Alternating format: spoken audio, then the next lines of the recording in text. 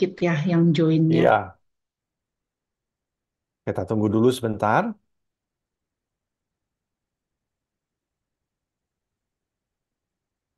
Sebentar.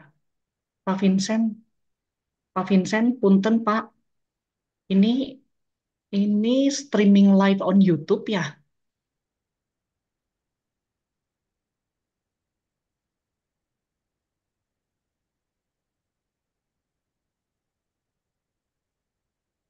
Pak Vincent. Halo Bu, Ya, Pak, iya ini Bu, streaming live on YouTube. iya buat direkam Bu. Oh, Cloudnya penuh Bu. oh gitu. Jadi Iya, masuk ke YouTube ya. iya tapi kan nggak public Bu, Oh, oke. Berarti saya got it ya. nggak publish. Iya, Saya got it ya. iya, Terus izin record ya, Pak Johannes. iya Bu.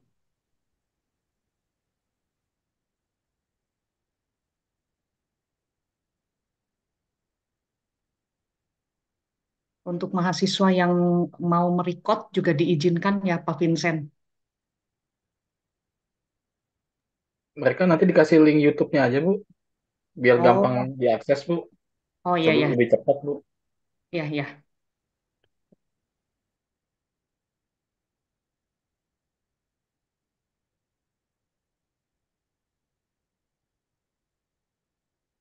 Baru baru dua orang sih sebetulnya yang join. Oh gitu ya. Ya, Kalau di layar saya ada tiga nih. yang Dokter. satu kayaknya, yang satu masih ini ya Pak loading ya. Oh gitu ya. Oke. Ya,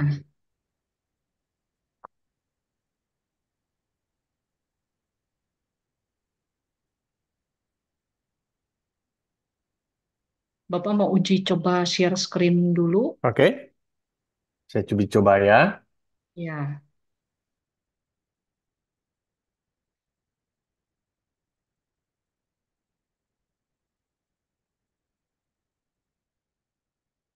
Ini bisa ya kelihatannya ya. ya sudah Pak. Ada. Oke. Kalau gitu saya kemudian saya stop share lagi berarti ya. Ya Pak.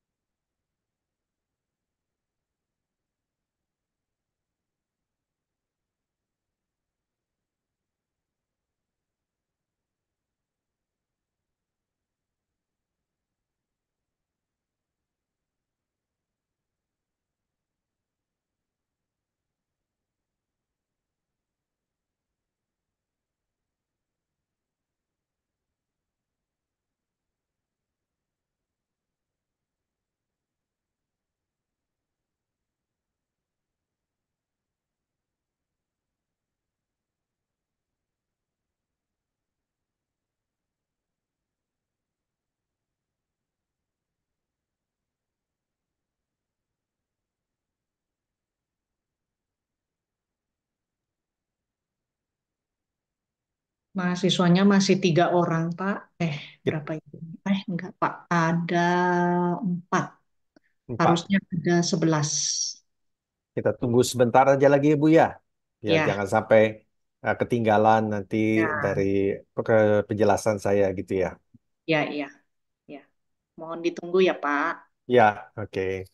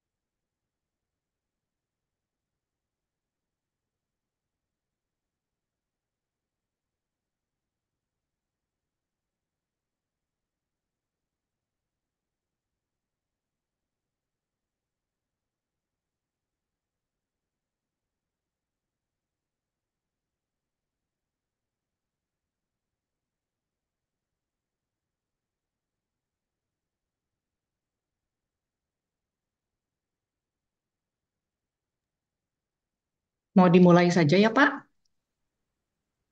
Em, Sudah ada berapa orang, Bu ya? Eh, Dari 14 orang ya kayaknya ya. Bentar ya. 1, 2, 3, 4, 5. Dari 11 sih. 5. Dari 11. Mm-mm. Kita tunggu 5 menit lagi gitu ya. Keberatan nggak? Mm. Gitu. Tinggal 5 menit lagi agar supaya kita kasih Mm-mm. kesempatan terakhir untuk mereka bergabung gitu ya. Takutnya mereka melewatkan bagian-bagian awal. Ya, ya, Oke. baik, Pak. Ya, baik. Kita tunggu dulu ya berarti ya. Oke, kita tunggu 5 menit lagi ya. Ya. Ibu-ibu dokter nggak keberatan ya, Ibu Dokter Hani nggak keberatan kan ya menunggu dulu. Iya, ini Gak mahasiswanya apa-apa, yang silakan aja. Mm. Semua iya, pada sibuk. Ya, ya silakan, nggak apa-apa. iya. Semua pada sibuk rata-rata. Oh iya iya iya dok, iya. Sepertinya ini ya Pak, mahasiswanya perempuan semua, wanita semua, Sri Kandi Oke. semua. Ya. Sambil nunggu 5 menit, Mungkin mungkin apa namanya? Saya mau bertanya dulu sama Dokter Hani. Dokter Hani, kalau lihat wajah saya ini mirip dokter atau mirip dosen? Ya mirip dosen, ya mirip dokter. Oh gitu ya. Iya. Mirip anak dokter enggak? Kelihatannya saya. Maksudnya anak anak kedokteran gitu. Mirip anak dokter enggak? Anak dari dokter saya. Ya, sepertinya. Nah, ini yang benar. Kalau tadi apakah mirip dokter? Kayaknya salah. Kayaknya apa ditolak oleh kedokteran gitu ya. Tapi kalau anak saya anak dokter itu betul.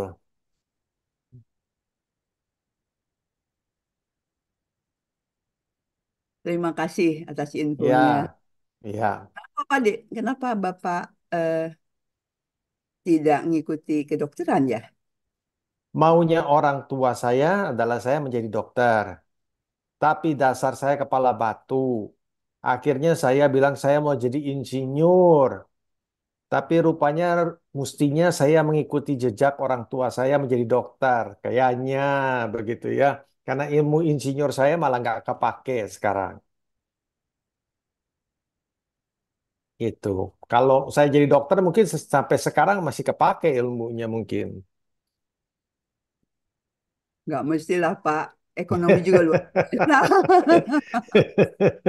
Iya, Orang ya masing-masing ada ininya ya, ada iya, jalannya masing ya. iya. Nggak tentu satu bidang Se- itu buat orang Sebagian beda. dari ya, sebagian dari para para apa mahasiswa anti aging ini mungkin malah pernah menjadi apa mahasiswa dari apa namanya ibu saya mungkin Wah, ibu bapak siapa namanya? Dokter Hambali. Oh, Dokter Hambali, Iya, senior banget ya. betul, betul. Iya, Ya sangat sangat senior tuh. Wah, ya kalau iya, udah tahun-tahun yang awal sekali ya dulu ya. betul, betul. Mm-mm. Iya, Dengan kayak namanya begitu. sangat tergaung di Kota Bandung. Iya, saya anaknya kayak begitu. Enaknya ya. Tapi Iya, sekolahnya di ekonomi ya. saya sempat kuliah di apa teknik sipil, kemudian melanjutkan lagi ke Amerika juga teknik sipil, kayak begitu.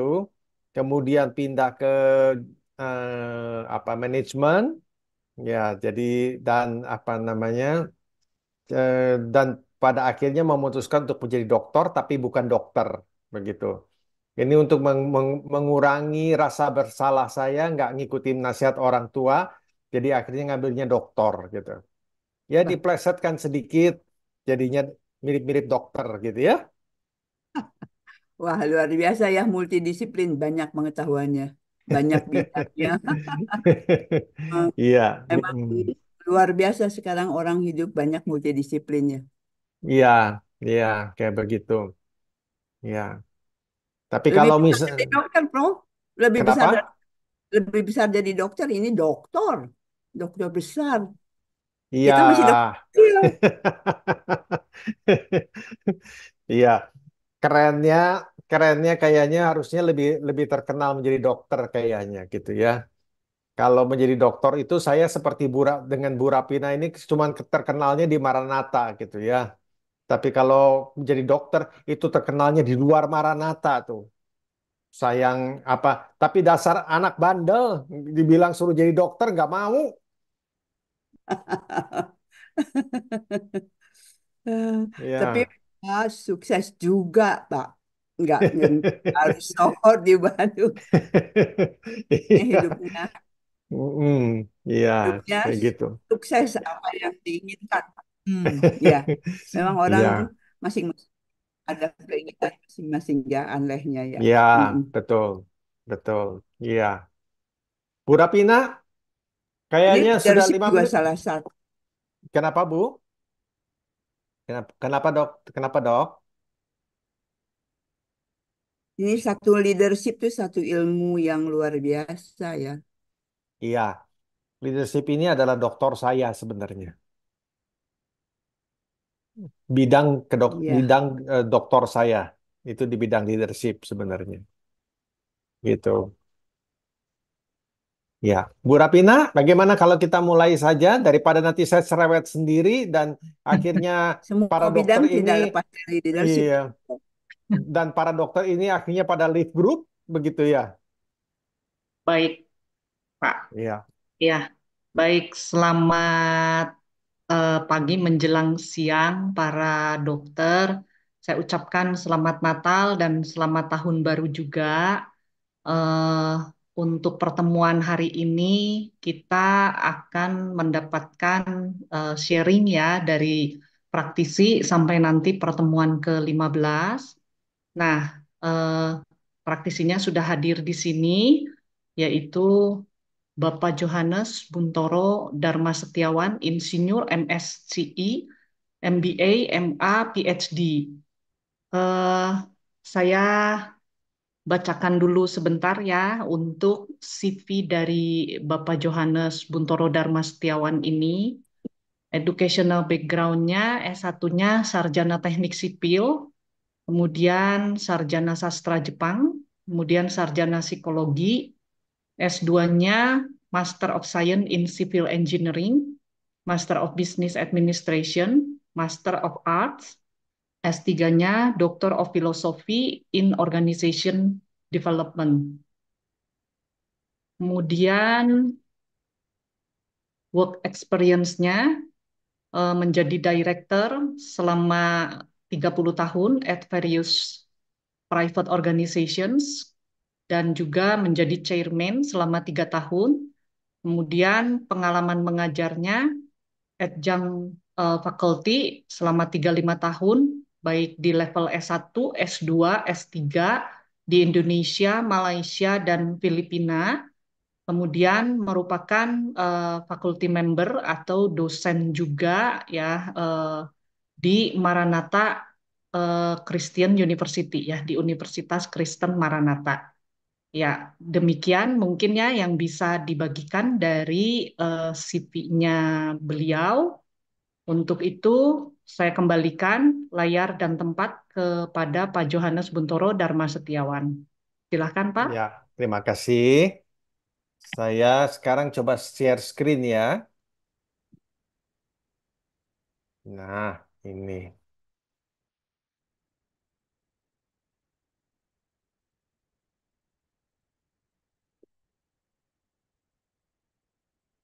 Ya, kalau tadi mungkin background daripada saya sudah dibacakan, ya sayang sekali apa namanya yang saya bilang saya belum bisa mencantumkan gelar dokter begitu di CV saya. Tapi barangkali nanti setelah mengajar, barangkali apakah ada kesempatan saya untuk mendapatkan dokter kehormatan, saya nggak jelas ini, ya. Oke. Apabila memungkinkan, saya sebenarnya menginginkan adanya partisipasi dari para mahasiswa yang juga merupakan para dokter gitu sehingga komunikasi kita ini bisa berlangsung dua arah ya. Oke, sebelum saya lupa, di akhir kuliah alias kuliah ke-15 kita ini para mahasiswa itu harus memberikan suatu presentasi. Itu adalah dari RPS, dari Maranatanya mintanya begitu ya. Dan ini juga akan dipimpin oleh saya nantinya, ya presentasi ini. Tetapi supaya tidak mendadak, ya, maka saya umumkan saja dari sekarang, para mahasiswa ini bisa memilih 3 topik.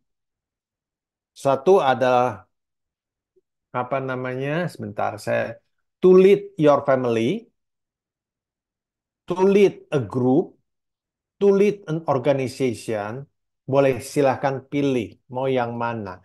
Jadi ilmu leadership yang sudah dipelajari ini, yuk kita aplikasikan. Apakah bagi pengalaman para mahasiswa atau para dokter ini bagaimana memimpin grup, bagaimana memimpin family, bagaimana memimpin organisasi. Silahkan pilih salah satu daripada tiga ini. Dan presentasinya dilakukan oleh tiga orang, berkelompok tiga orang. Saya mendengar ada 14 orang mahasiswa di sini, sehingga mungkin akan ada satu grup yang isinya hanya ada 2 orang, kayak begitu. Apakah dari penjelasan saya mengenai tugas presentasi yang diberikan ini sudah cukup jelas? Apakah ada pertanyaan dari para dokter?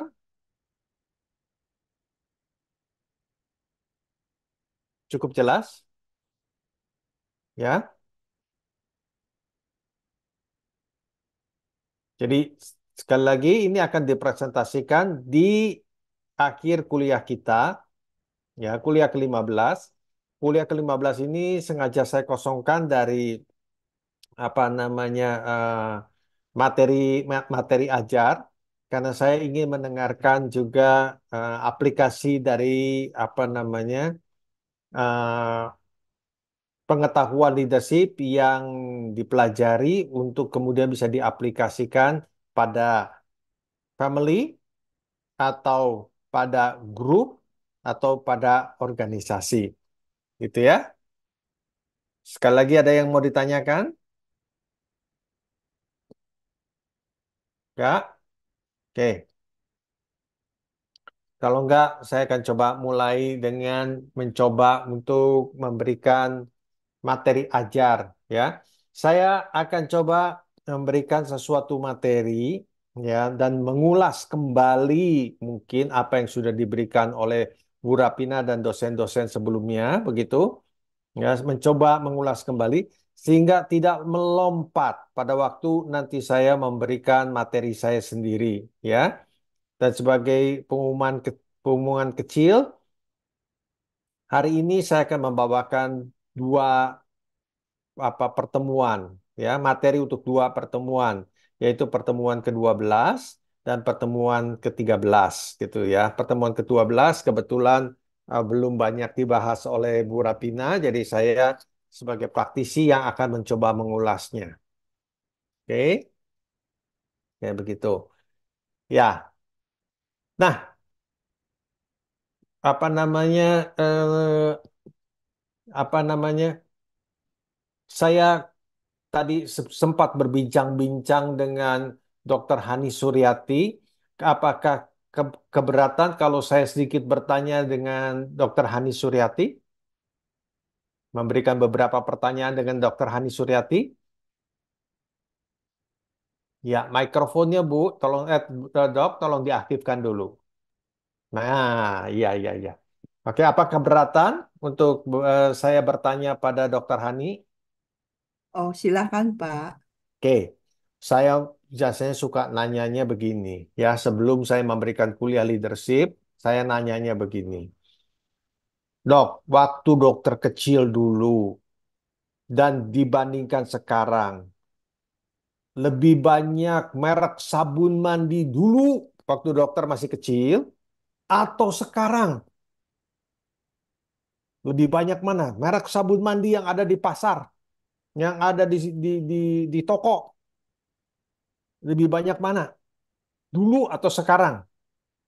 Sekarang dong, itu pasti. Sekarang, betul sekali. Kalau dulu kita masih ingat-ingat ada berapa merek sabun mandi, Dok? Ayo kita Paling ingat-ingat. sabun paling paling sering paling sabun Lifebuoy sama Lux ya. Sekarang udah Betul. Ya, kalau ada tambahan sedikit mungkin ada Kamai.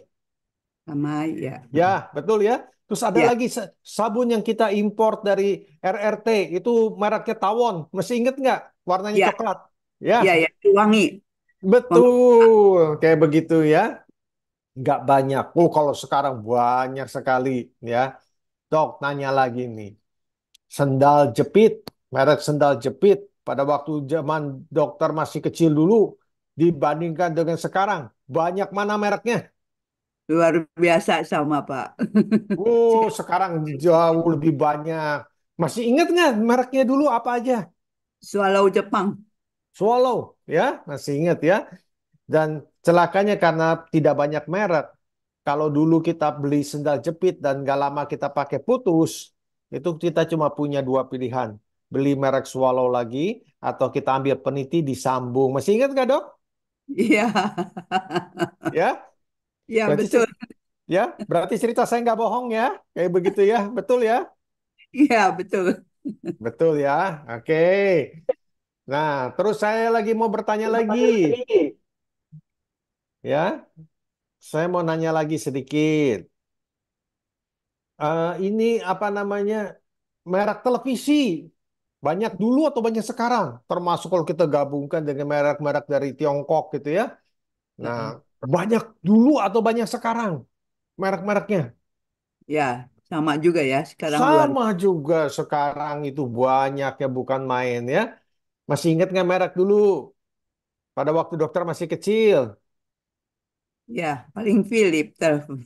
Philips, masih ingat ada merek beberapa dulu tuh masih bahkan ada merek-merek Jepang, Jerman.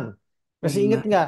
Ya, Grundig, Grundig. Ya, Telefunken, ya, telepon ya, kan. betul kan? Ya, Ya, tapi nggak banyak ya. Yang paling ada Philips, yang paling banyak adalah Telefunken, ada Grundig, kayak begitu ya.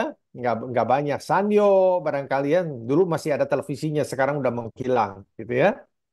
Ya, dan TV dulu, kalau kalau kita nonton itu dan layarnya kurang lebar, masih inget nggak? Kita pasang kaca pembesar di depan layar. Masih inget nggak tuh? ya, ya, yang biru supaya jangan bias. Iya, ya, kayak begitu ya. Bahkan bentuk TV-nya pun kita dimasukkan ke dalam lemari, ada pintu seloroknya tuh, ya bisa dibuka. Betul nggak? Iya, Ya, kayak begitu. Ya, sekarang udah nggak ada. Ya, bagi yang muda-muda kalau saya ceritakan begitu mereka terbengong-bengong gimana caranya katanya ya.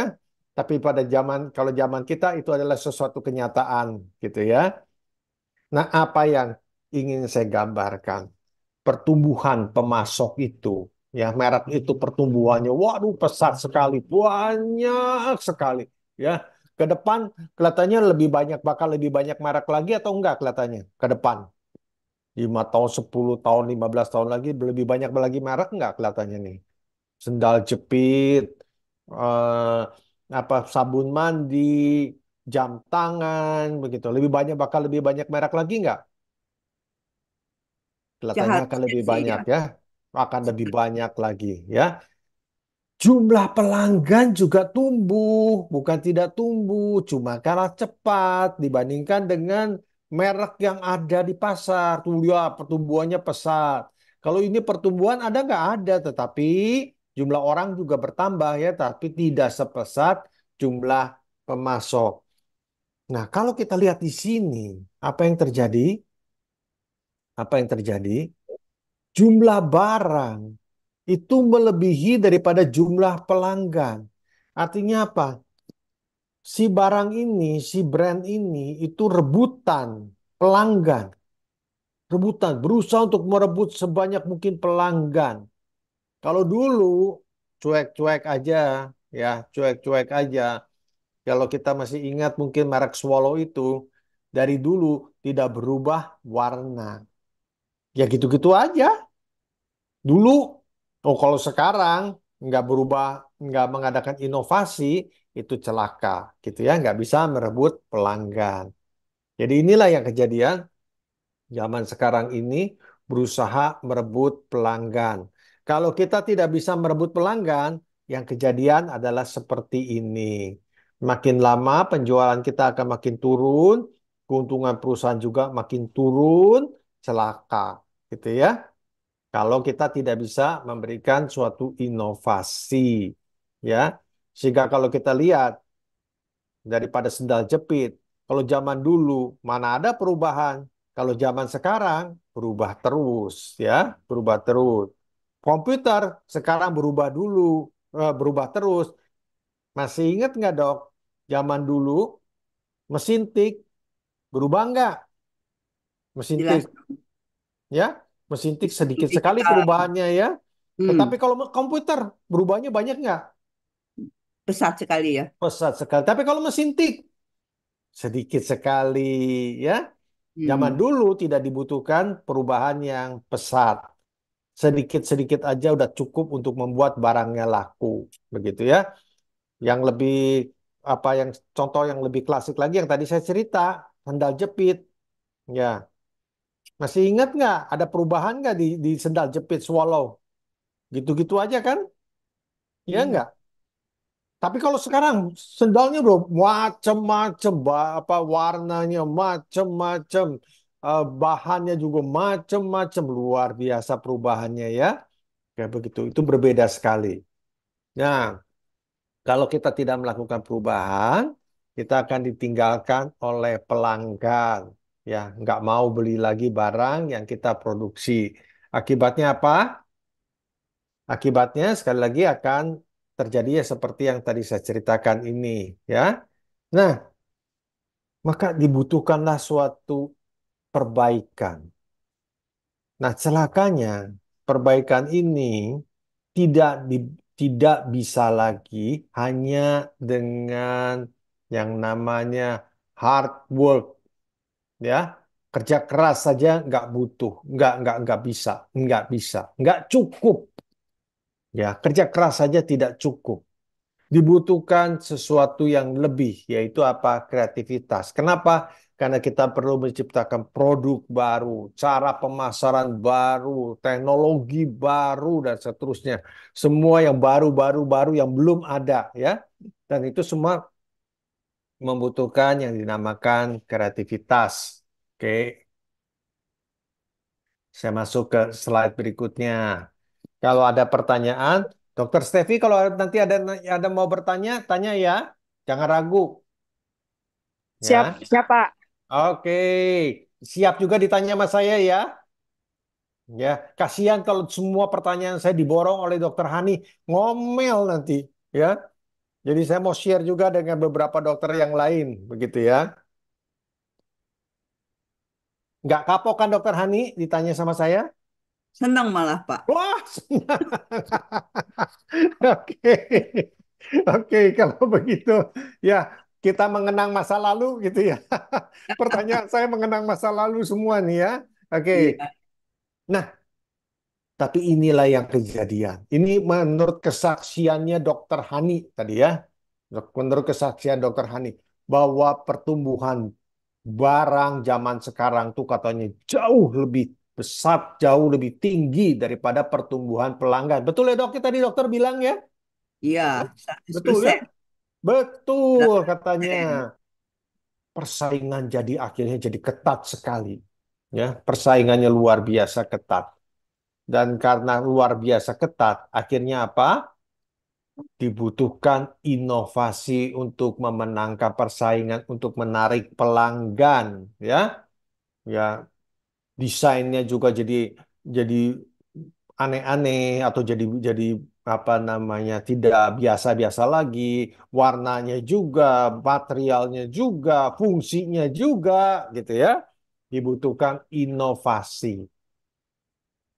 Mm. Satu kata, inovasi ini, satu katanya ya, inovasi ini hanya bisa dihasilkan oleh kreativitas. Ya, inovasi itu hanya bisa dihasilkan kreativitas. Nah, di dalam suatu organisasi, kita tidak bisa mengandalkan hanya satu orang, pimpinannya saja yang kreatif, atau dua orang, atau tiga orang. Nggak bisa. Tetapi kita membutuhkan semua orang di dalam organisasi itu harus kreatif.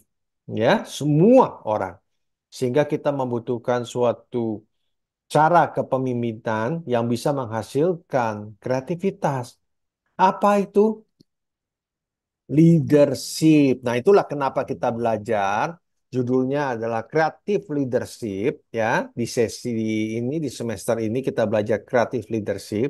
Kita belajar ya untuk menghasilkan apa namanya? Creative Leadership ini menghasilkan kreativitas ya. Menumbuhkan kreativitas daripada anggota organisasi. Kenapa? Karena kreativitas ini dibutuhkan untuk menghasilkan inovasi. Kenapa butuh inovasi? karena terjadi persaingan ketat. Kita perlu memenangkan persaingan yang ketat ini. Kenapa? Karena pertumbuhan pelanggan jauh lebih tinggi. Pertumbuhan daripada produk itu jauh lebih tinggi dari pertumbuhan pelanggan. Jelas nggak? Kenapa kita perlu sekarang yang namanya leadership? Jelas nggak?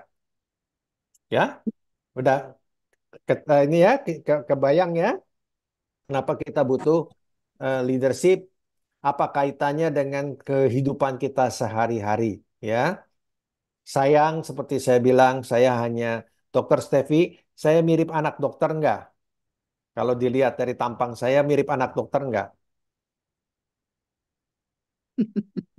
Ya. Nah, sayang saya hanya anak dokter, bukan dokter betul-betulan. Ya. Kalau dokter betul-betulan mungkin juga saya akan mencoba mengkreasikan atau menghubungkan dengan dunia kedokteran.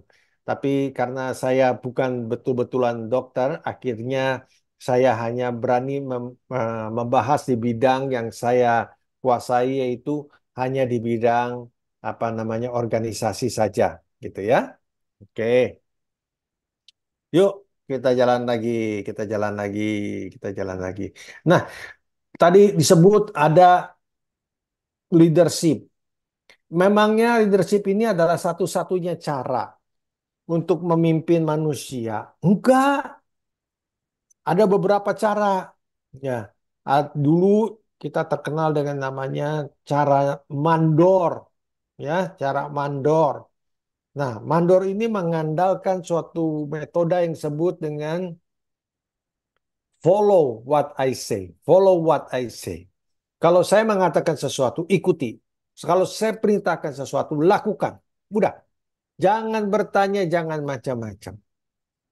Dan mandor ini kalau kita gambarkan lagi, ya, itu kelihatannya Dokter Stevi coba bisa digambarkan nggak? Tolong mikrofonnya diaktifkan ya, Dokter Stevi, tolong mikrofonnya diaktifkan. Sudah? Belum?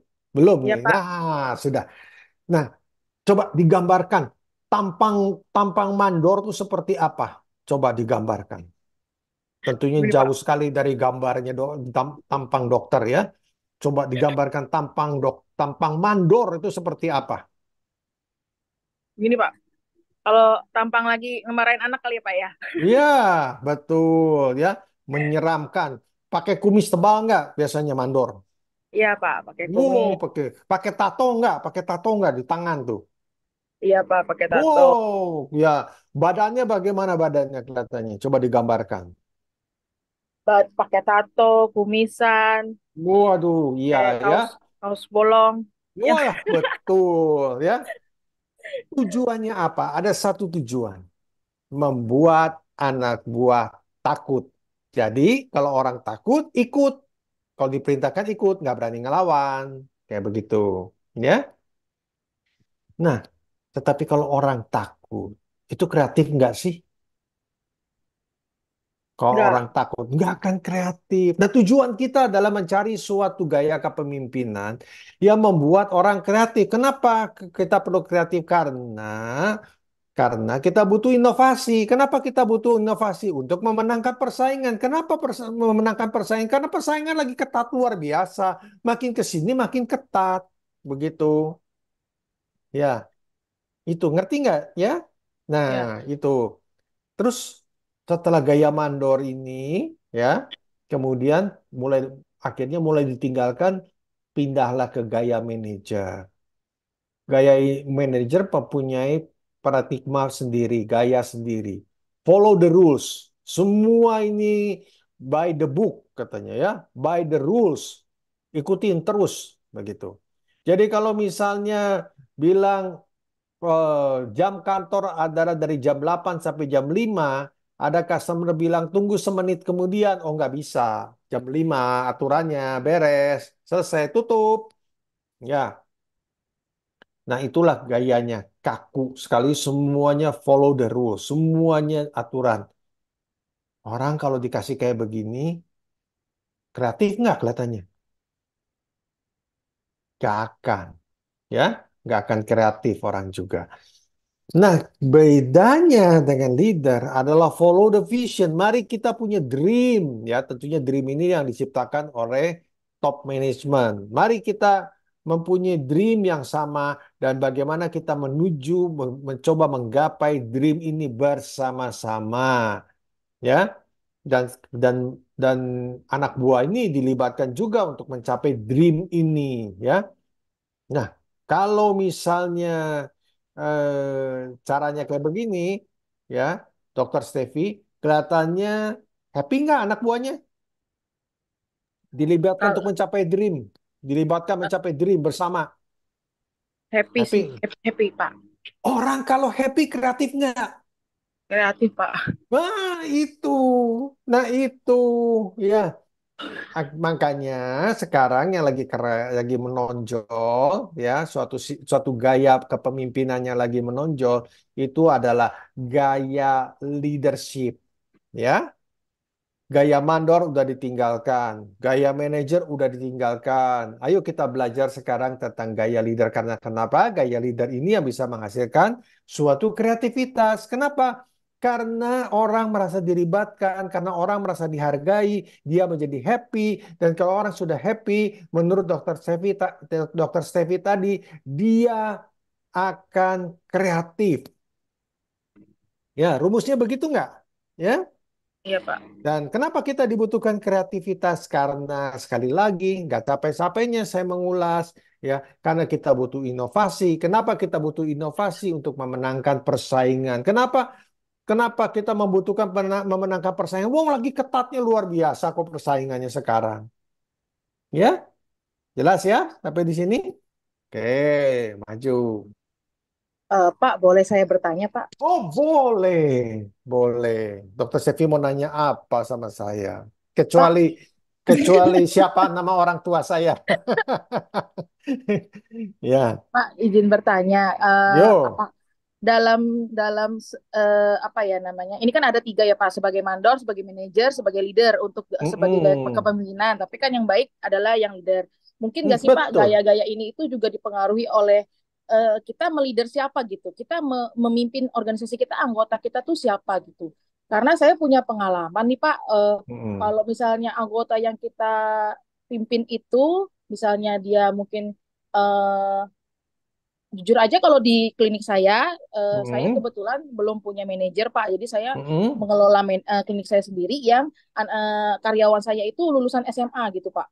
Oke. Nah, lulusan SMA kurang lebih ada 3 sampai 4 orang, 5 orang lah Pak. Nah, di Mm-mm. situ saya berusaha lah untuk bisa menjadi leader yang baik. Saya berusaha untuk tidak Mm-mm. menjadi mandor, saya tidak berusaha untuk tidak menjadi manajer juga gitu. Tapi apa mungkin karena memang umurnya masih muda dan latar belakang pendidikannya juga hanya lulusan SMA gitu. Jadi kalau untuk menjadi leader tuh agak susah untuk mengontrol mereka gitu Pak, untuk mencapai mengerjakan tugas mereka dengan benar aja itu agak susah. Apa saya yang masih salah ya Pak ya? Apa memang sebenarnya bisa nih pakai dengan cara leader, cuman mungkin sayanya yang belum maksimal atau memang setiap kita memimpin anak buah dengan karakter yang berbeda, kita harus memakai cara yang berbeda, Pak. Oke. Pertanyaannya akan saya jawab dengan agak sedikit panjang lebar. Pertanyaannya begini, tujuan utama dulu. Kita pengen apa? Kita pengen menjadikan anak buah kita seperti apa? Itu dulu pertanyaannya. Oh, saya pengen anak buah saya menjadi bagus dong. Ya, kalau kita jawabannya itu, maka gaya mandor, gaya manajer itu kita mesti tinggalkan. Ya, tetapi apakah gaya leader ini itu apa namanya, Pak? Tapi realitasnya mereka ini pendidikannya dan kemampuannya memang di bawah loh. Jujur loh, Pak, nggak bohong loh saya. Betul. Karena itu seorang leader juga harus melakukan yang namanya coaching, mengangkat, ya. Nah, kenapa saya nggak mengatakannya coaching, ya, tidak teaching begitu. Kalau teaching itu hanya memberikan pengetahuan, tetapi kalau coaching itu bagaimana kita juga bukan memberikan saja pengetahuan, tetapi juga membenarkan perilaku mereka. Termasuk diantaranya kita juga akan cukup tegas seperti mandor, ya. Tetapi kalau mandor itu tegas terus-terusan, bentak-bentak, kita nggak main terus-terusan. Tetapi kalau memang dia menyalahi aturan, ya kita berikan teguran. Dan kita juga berikan beberapa aturan. Tetapi bukan utamanya adalah aturan yang mengikat dan mencekik leher, begitu ya. Tapi kita kombinasikan itu semua, ya. Utamanya adalah kita membimbing mereka untuk menjadi lebih baik. Nah, kalau nanti ditanya, Pak, tapi ilmunya bagaimana ini? Nanti kan belum diajarin. Nanti bentar lagi, ya. Bagaimana Ya Kak. caranya? Ya. Nah, nanti kita tukeran ya, Dokter Hani, kita tukeran ya. Dokter ngajarin saya bagaimana memeriksa pasien dan saya ngajarin bagaimana memeriksa anak buah, gitu ya. Setuju, Dokter Hani? Hebat Saya, ya. Saya juga mau saya, kasih begini. saya, saya lihat selama ini Ya, dalam memimpin rumah sakit. Rumah ya, sakit belum leadership, tapi masih manajerial. ya, betul. Mesti diperkenalkan ya, mesti diperkenalkan. Ilmunya sampai ke rumah sakit kayaknya. Ya, Karena oke. di rumah sakit itu manajerial itu sangat disiplin dan Ya, sangat dituntut ya. Kalau yang mm, tidak disiplin out itu. Dan mungkin mm, dalam rumah sakit perlu masih belum taraf leadership ya. Kalau saya sekarang mm. lihat rumah sakit semua sangat ketat dan disiplin Iya, dan semuanya follow up. iya, oke, ya. Bukan berarti kita tidak boleh ada aturan ya, harus ada aturan, tetapi sekali lagi bukan yang tadi saya ceritakan ya. Ada customer datang 1 menit terlambat, gak mau tahu begitu. Nah itu mungkin yang tidak ada pertimbangan, tidak ada eh, apa namanya tujuan utamanya adalah hanya sekedar ikut aturan, bukan sesuatu yang menjadi lebih baik gitu ya, bukan inovasi tujuannya ya, kayak gitu. Nah ini menggambarkan lagi slide berikutnya ini lebih lebih cocok kan? Menggambarkan lagi gaya mandor dengan suatu ketakutan, ya menimbulkan ketakutan sehingga orang lain anak buahnya patuh, ya. Tentunya gaya ini sudah mulai ditinggalkan, ya. Nah, ini saya kontraskan antara mandor dengan SOP dengan leadership. Kalau kalau mandor itu kalau manajer itu ya kita lihat ini ya, ada garis tebal. Yang penting adalah buat dia SOP-nya, aturannya, visi misi nomor 2. Tetapi gaya leader yang penting adalah visi misi. Jadi kalau visi misinya itu adalah saya ingin menerapkan sesuatu disiplin yang apa namanya baik di organisasi saya, di rumah sakit saya, boleh-boleh saja. Boleh-boleh saja.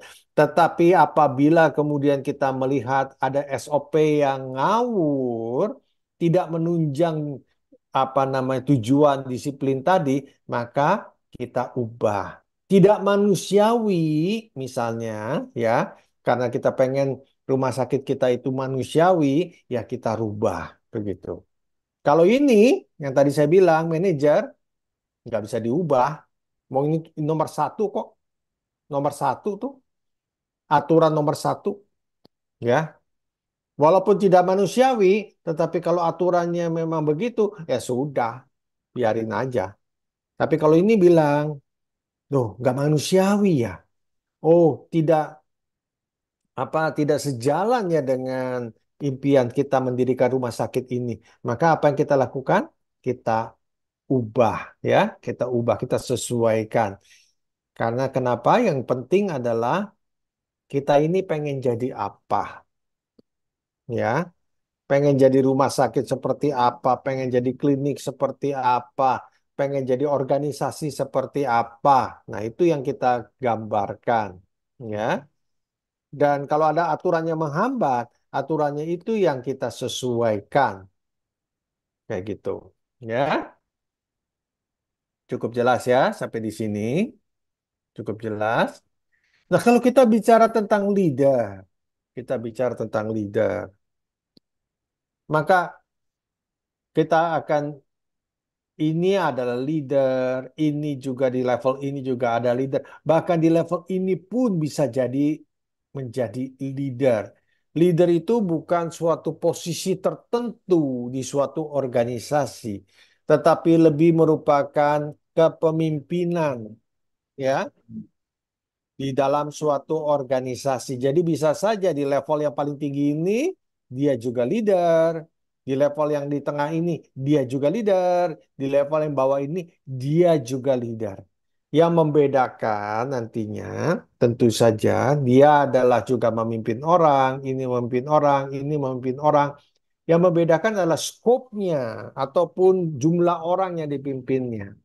Dan nanti juga kita akan belajar yang membedakan adalah tentunya dari apa namanya, yang ini nggak boleh berbeda dengan perintah yang diberikan oleh ini. Yang ini nggak boleh menentang ataupun berbeda dengan yang ini maupun yang ini nggak boleh begitu ya. Harus sejalan kayak begitu. Tapi kan saya juga leader, nggak boleh. Kenapa? Karena di dalam suatu organisasi itu juga ada yang dinamakan menganut disiplin. Artinya kepemimpinan seseorang, ya, kalau dia mengatakan ke kanan, maka anak buahnya harus ikut, ya. Pak, tapi saya kok merasa itu salah. Ya kita sampaikan baik-baik. Tetapi kalau dia mengatakan saya tetap ingin organisasi ini ke kanan, ya kita harus ikut. Ya, itu. Ya. Oke, itu introduction daripada saya. Sekarang saya mau masuk ngulas lagi tentang lebih spesifik lagi, ya, yang disebut dengan transformational leadership. Tentunya ini sudah diberikan oleh Ibu Rapina, begitu. Tapi saya mau mengulas sedikit lagi supaya apa namanya pada waktu saya memberikan materi saya ini nanti akan lebih fokus lagi, ya. Nah, leadership ini dibagi lagi. Ternyata ada yang disebut dengan menurut Saskin dan Saskin, ya. Ada transactional leadership, ada charismatic leadership, ada transformational leadership, begitu. Yang transaksional itu adalah seperti kita melakukan transaksi, ya. Bawahan membantu atasan untuk melaksanakan tugas yang diberikan, atasan kemudian akan memberikan rewards sebagai imbalan, ya. Sehingga apa yang terjadi? Bawahan ini cuma dianggap sebagai sarana. Ya, bawahan ini cuma dianggap sebagai sarana saja. Saya pengen melakukan sesuatu, nggak bisa sendiri, ya saya minta anak buah saya, ya. Dan kalau dia berhasil melakukannya, saya berikan sesuatu. Nah, inilah gaya leadership yang disebut dengan transaksional. Gaya seperti ini, terutama kalau misalnya rewardnya ini, imbalannya ini nggak ada, itu tidak akan membuat seseorang menjadi lebih kreatif, ya. Walaupun namanya leadership, tapi transaksional ini tidak bisa membuat seseorang menjadi lebih kreatif, ya. Ada lagi gaya karismatik, ya, gaya karismatik. Nah, ini seperti yang di sinetron, seperti di sinetron. Ya, saya nggak tahu apakah para dokter ini sempat nonton sinetron atau enggak, kayak begitu. Tetapi asumsinya nonton, seperti yang kita lihat, gaya seorang leader, pemimpin suatu organisasi, ya, di dalam sinetron, itu apa namanya, pakaiannya gimana, Dokter Stevi? Pakaian seorang leader, kalau kita nonton sinetron, itunya diaktifkan dulu ya mikrofonnya biar saya bisa mendengar. Ya, gimana tuh pakaiannya tuh? Keren nggak pakaiannya?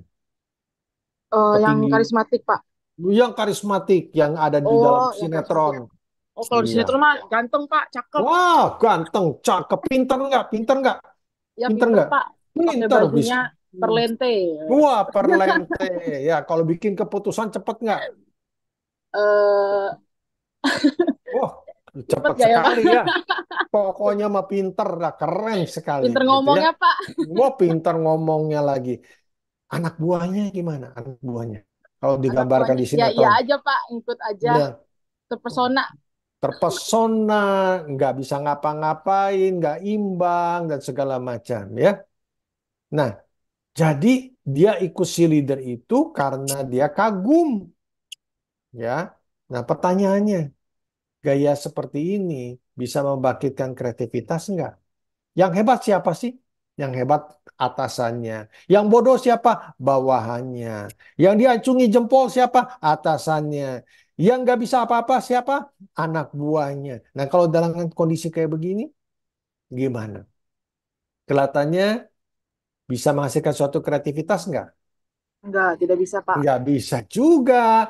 Jadi sekali lagi, transaksional dan karismatik itu nggak bisa menghasilkan suatu kreativitas. Ya, yang bisa apa yang dibesarkan nih gayanya, hurufnya dibesarkan transformasional. Kenapa? Kenapa saya apa namanya bilang ini bisa? Ada alasannya, ada alasannya. Karena sekali lagi anak buah itu ditingkatkan kemampuannya, dianggap sebagai partner, diskusi, ya. Ayo kita mencapai sesuatu yang bersama. Pak, tapi anak buah saya masih belum up to that level, Bapak. Ya makanya pelan-pelan kita tingkatkan. Ya nggak bisa langsung, ya pelan-pelan kita tingkatkan, ya. Yuk kita sama-sama tingkatkan, begitu, ya. Nah, inilah yang dinamakan dengan gaya transformasional. Kita bersama-sama, ayo. Dokter juga, Dokter Hani kan juga Ya, kadang-kadang kalau kalau kita memeriksa pasien juga suka dilibatkan ya pasiennya pendapatnya ya, gitu ya. iya, Ya, betul ya, nggak main putuskan saja minum obat ini, gitu ya. Awas iya, kalau nggak diminum ya. Tetapi kita libatkan pendapatnya, kita libatkan sanggup apa enggak, kelihatannya terlalu banyak nggak obatnya, kayak begitu ya. Kayak begitu. Jadi itulah yang disebut dengan transformasional.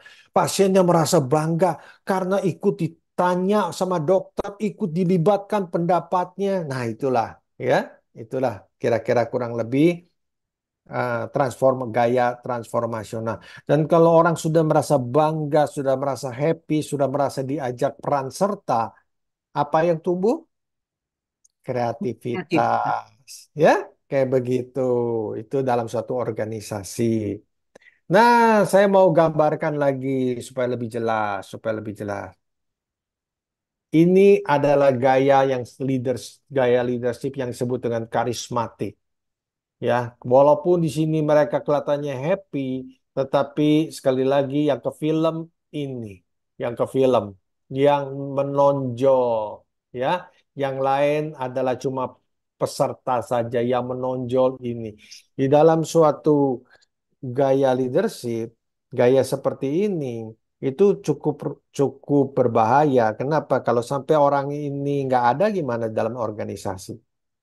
Ini gimana nasibnya? Ya.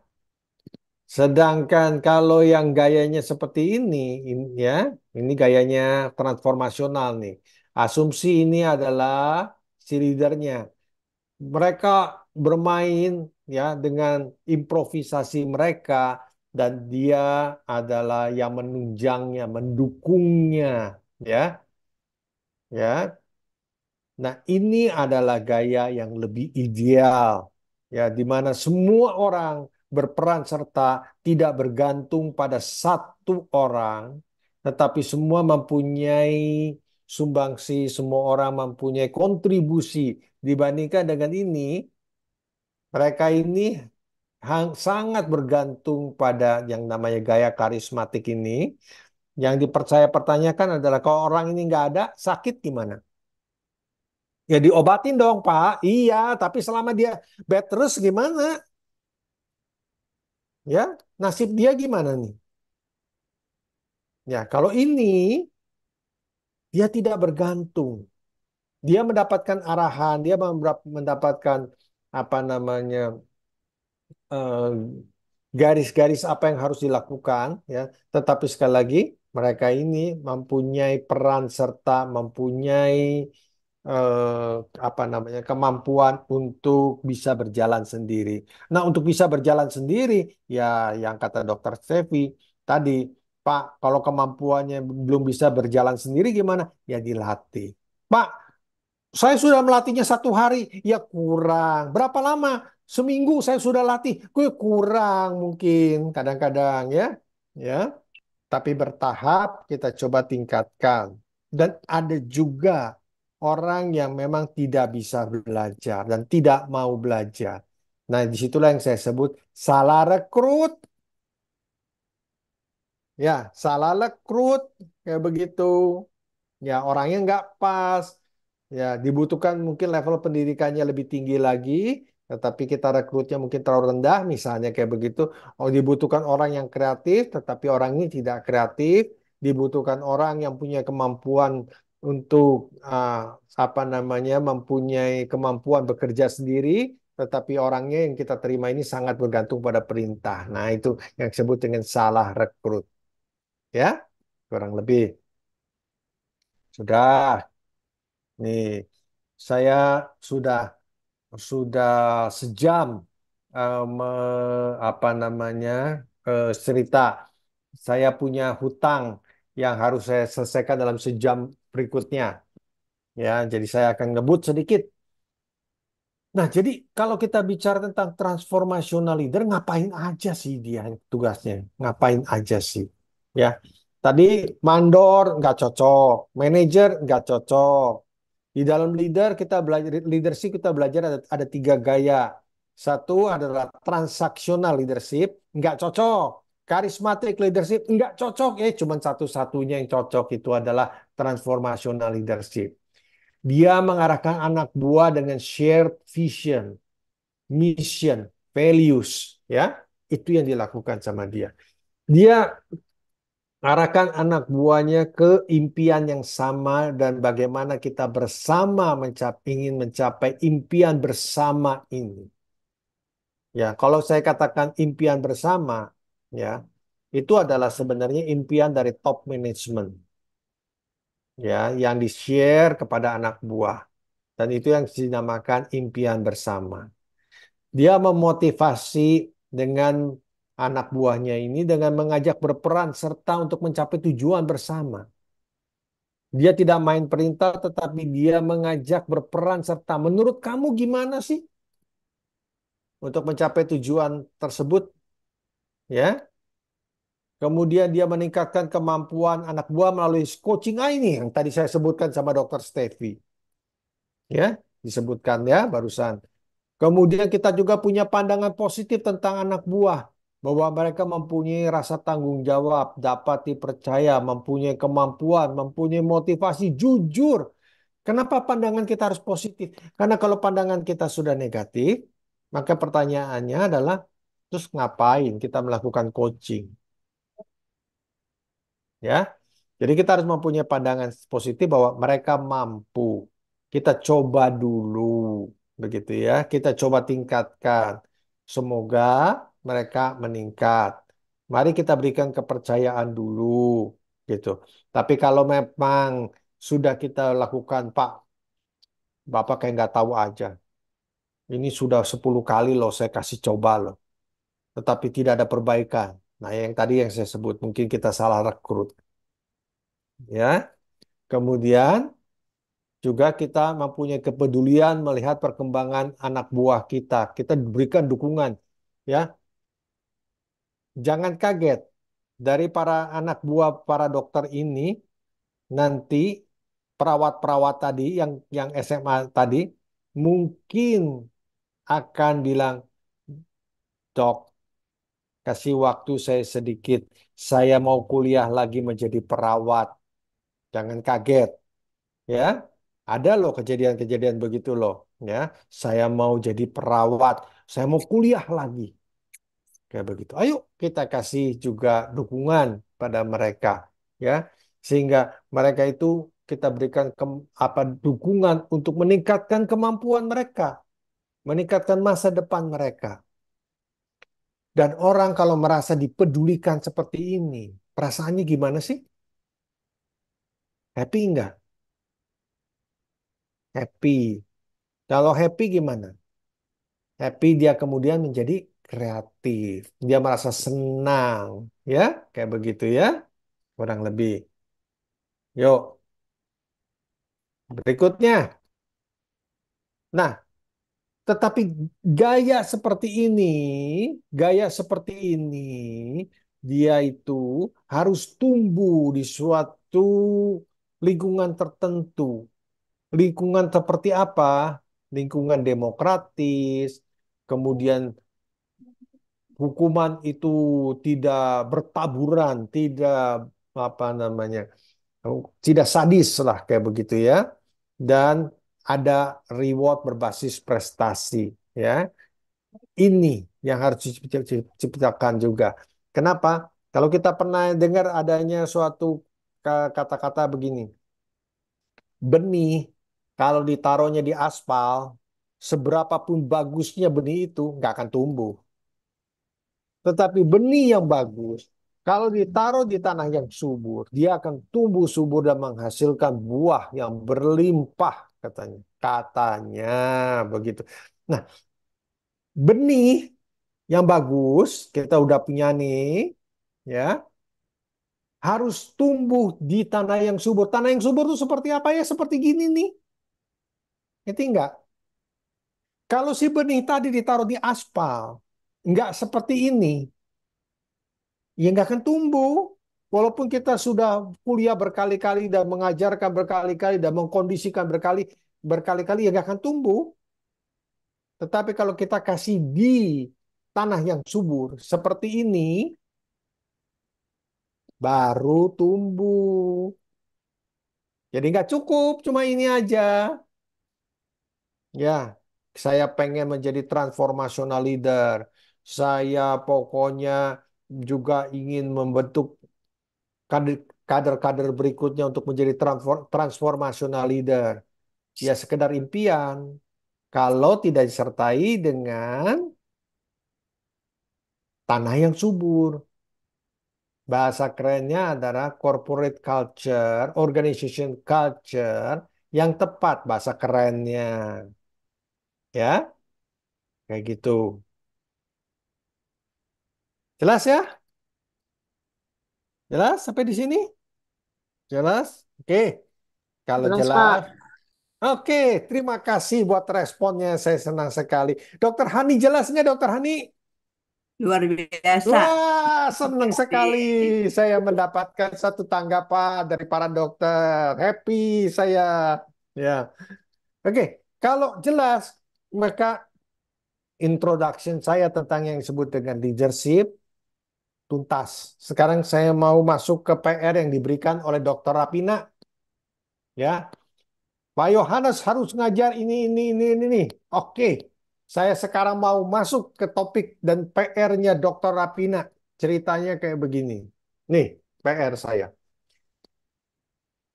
PR ini diambil dari buku ini, buku bacaannya, dan kemudian saya harus memberikan tentang The Art of Vision, ya, The Art of Strategic Leadership katanya.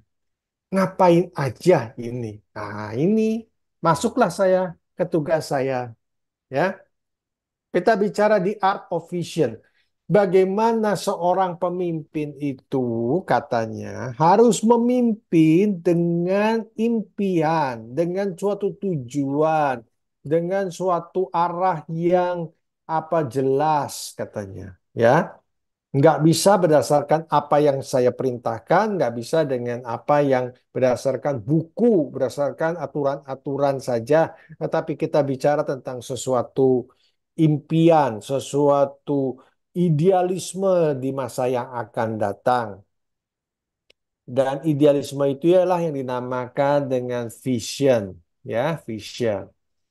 Nanti seiring dengan berjalannya kuliah kita akan, saya juga berkali-kali akan mengatakan bukan cuma vision, tapi juga ada yang namanya mission, tapi juga ada yang namanya values. Pak, itu apa bedanya sih? Di textbook cuman ada vision, Bapak nambahin bisa-bisanya nambahin sendiri dengan mission, dengan namanya lagi values. Vision ini adalah what do we want to be? Kita ingin jadi seperti apa? Kita pengen menjadikan organisasi ini menjadi seperti apa? Itu yang namanya vision, impian kita, ya. What do we want to be? Nah, kalau mission itu apa sih? Kontribusi seperti apa yang kita ingin berikan pada orang-orang di sekitar kita. Itu namanya mission. Ya, biasanya lengkap. Ada vision, ada mission, ada lagi values. Nah, satu lagi adalah values. Kita ini ingin berperilaku seperti apa di kemudian hari. Itu paket lengkap namanya.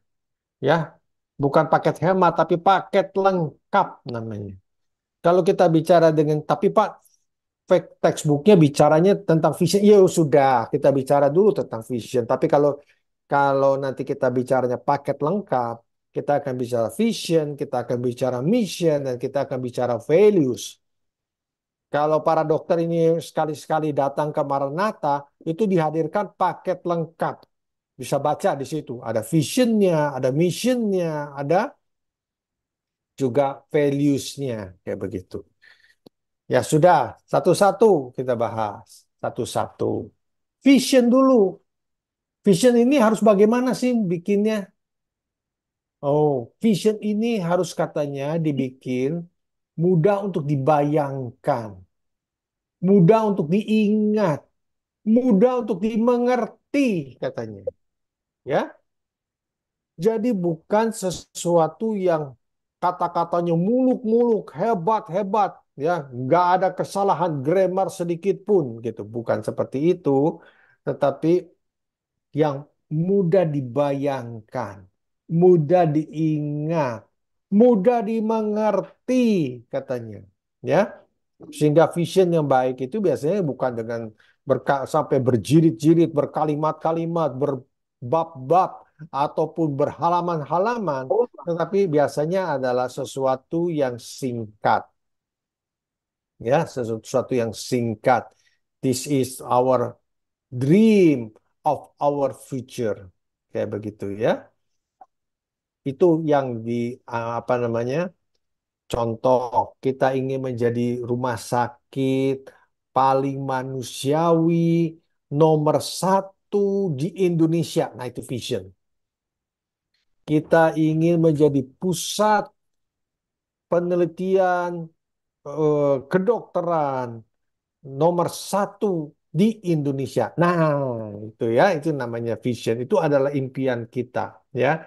Kita akan menghadirkan pelayan, kita akan menjadi suatu organisasi yang memberikan pelayanan apa namanya dengan penuh keramahan dan membuat orang menjadi lekas sembuh.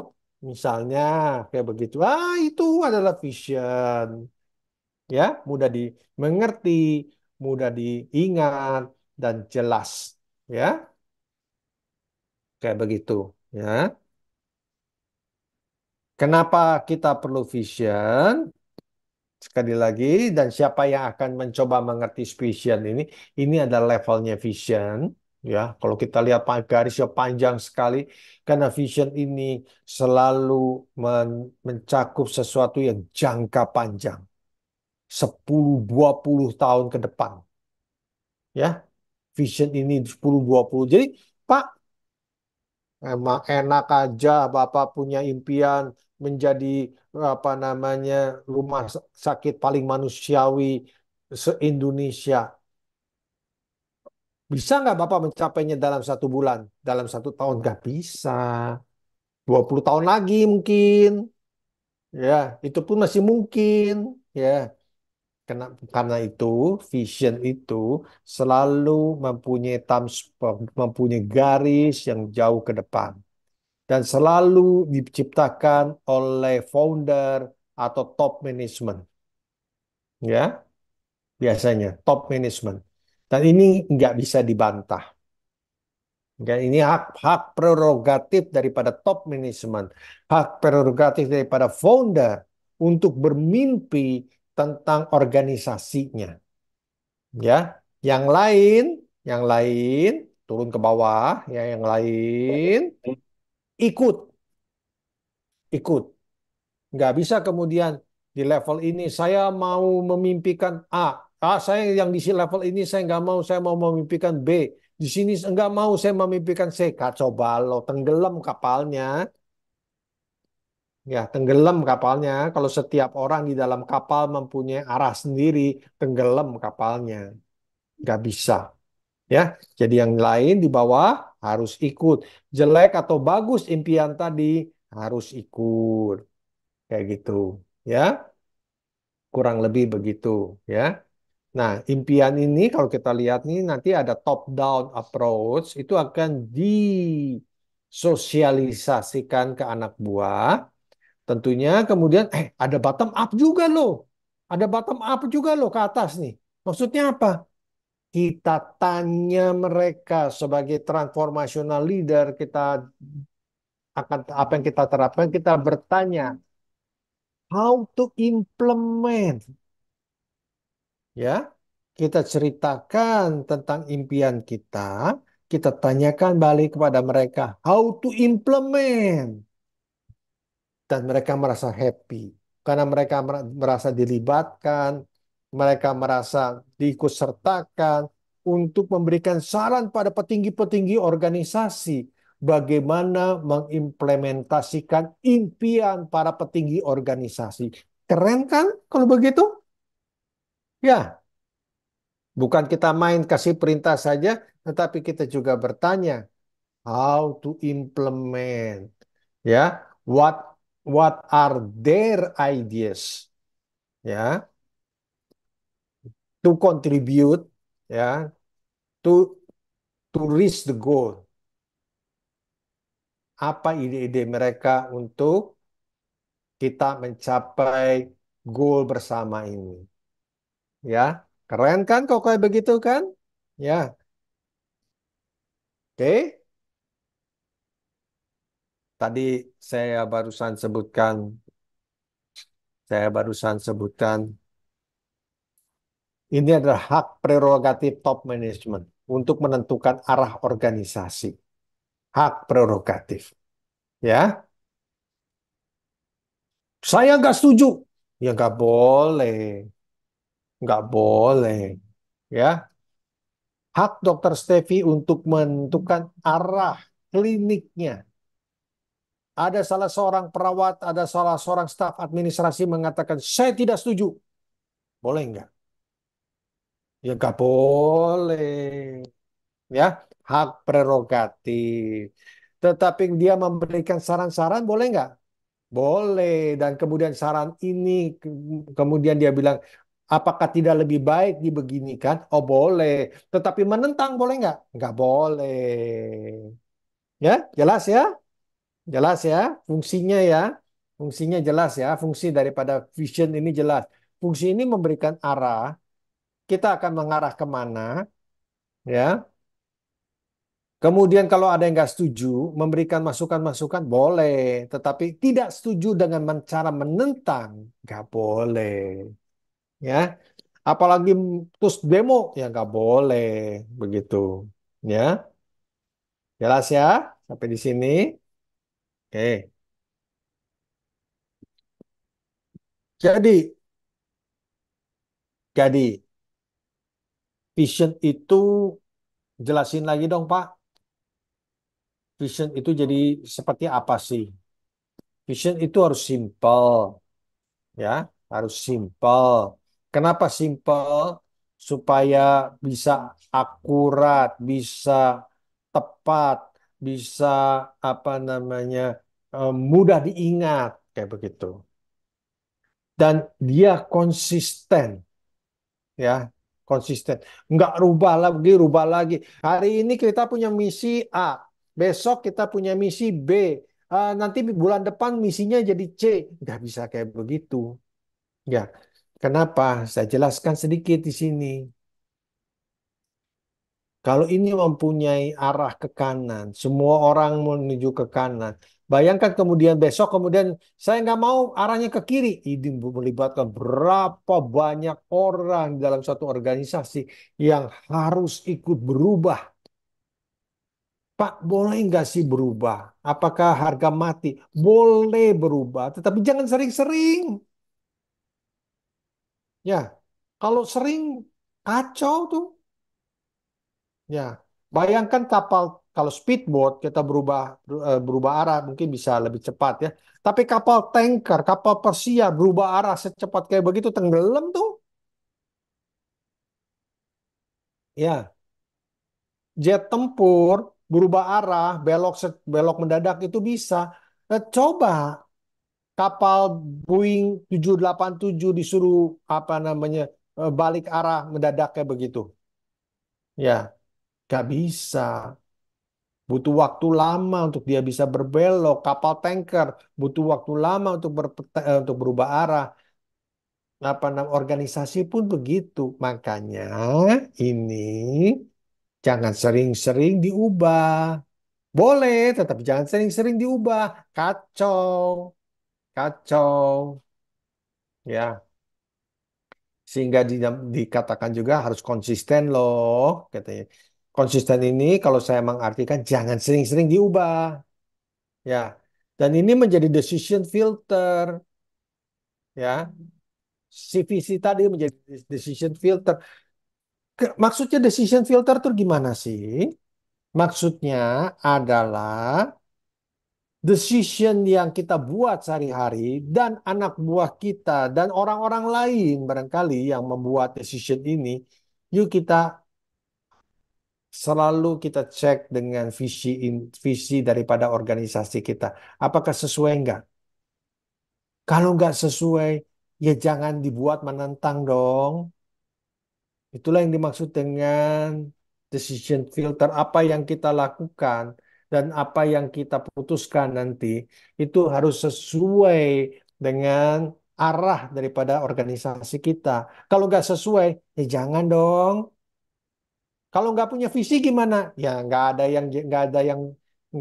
ada filter. Ya, sehingga sehingga suatu organisasi yang tidak mempunyai visi jalannya akan oleng karena nggak punya arah. Ya, suatu organisasi yang punya arah lebih stabil jalannya, ya, karena decision-decision yang ada, perilaku-perilaku yang ada, ya, terus juga mungkin action-action yang ada itu disesuaikan, ya. Dibuat menjadi lebih sejalan dengan vision yang ada. Jelas ya sampai di sini? Jelas ya? Oke. Dokter Hani, jelas nggak Dokter Hani? Jelas nggak? Cukup jelas, cuman kita dalam Wah, melaksanakan ini nggak gampang ya Pak ya. nggak apa-apa. Saya juga kalau kalau saya jadi dokter dalam waktu singkat, saya juga akan bilang nggak gampang, gitu ya. Jadi kita memang perlu waktu pelan-pelan untuk kemudian menyerap dan kemudian mengimplementasikannya. Gak bisa segera, ya, ya, kayak begitu ya. Terima kasih. Yo, tapi yang penting ngerti ya, ngerti ya. Ngerti, ngerti. Wah, Bagus. bagus. Ya, masukan yang baru yang bagus ya.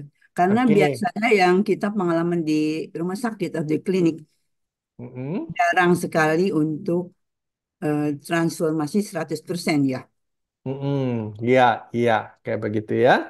Ya, Oke. gitu. Mm-mm. Oke, yuk kita masuk lagi ke level berikutnya.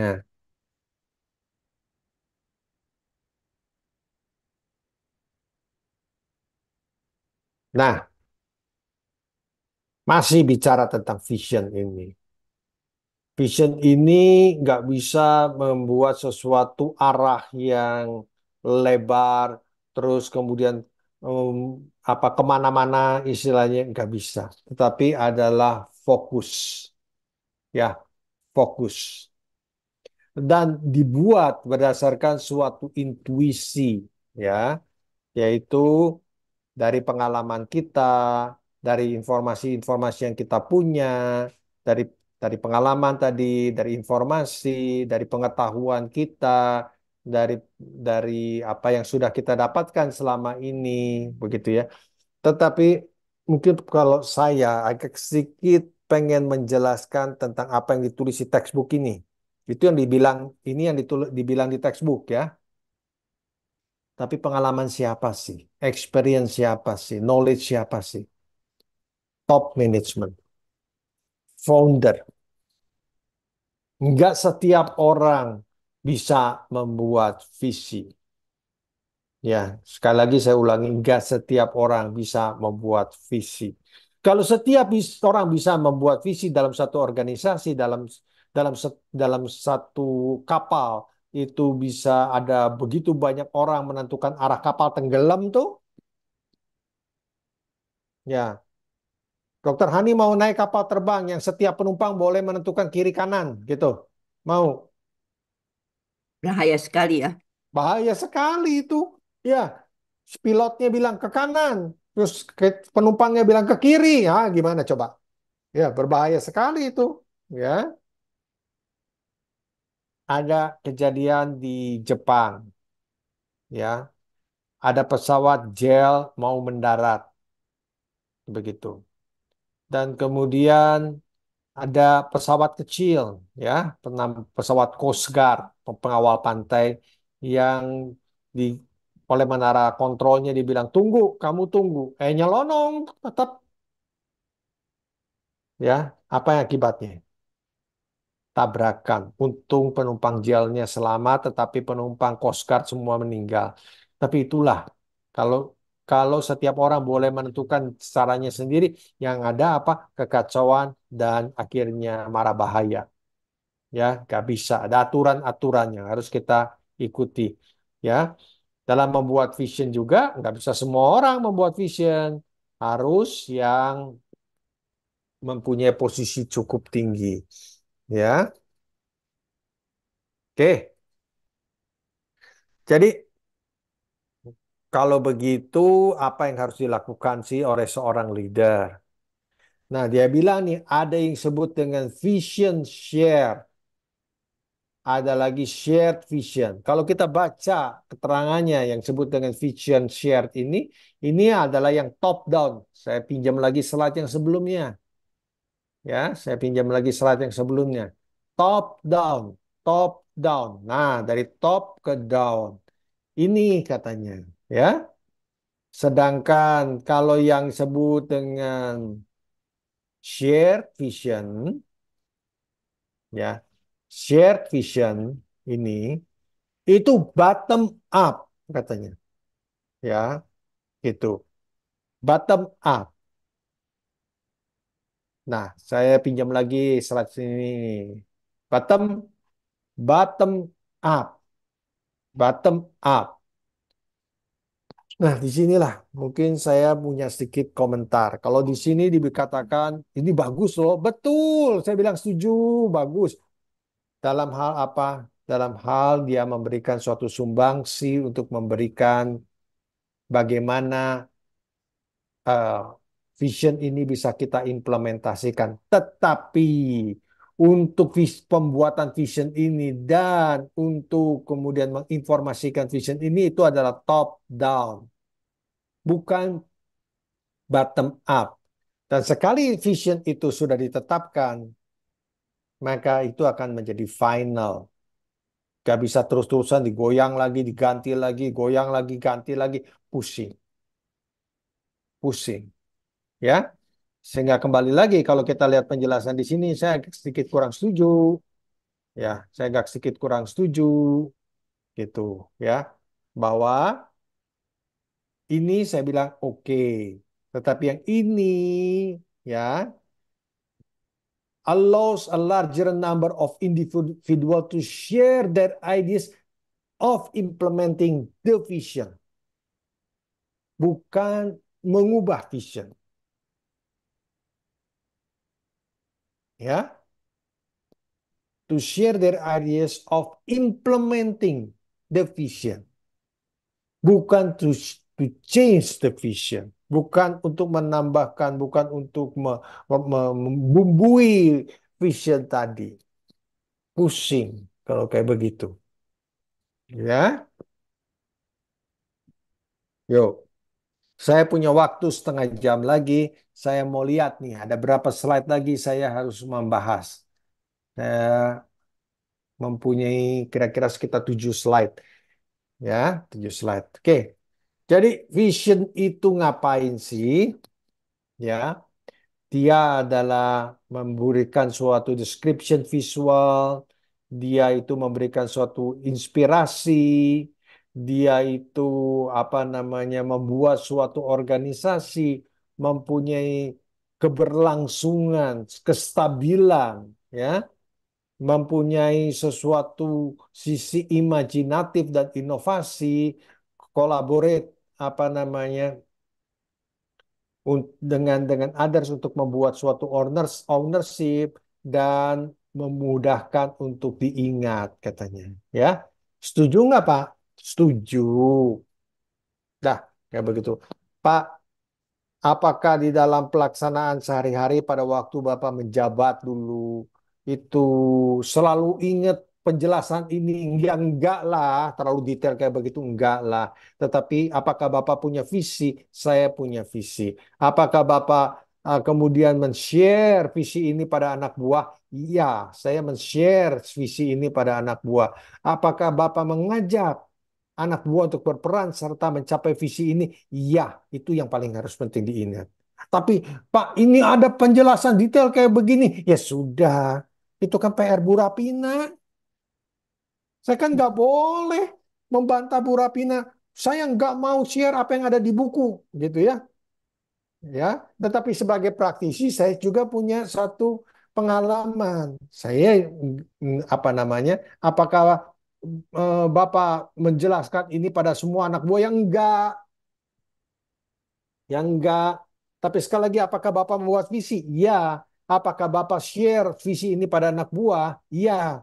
Apakah Bapak mengajak peran serta anak buah untuk apa namanya mengimplementasikan visi ini? Ya, kayak begitu.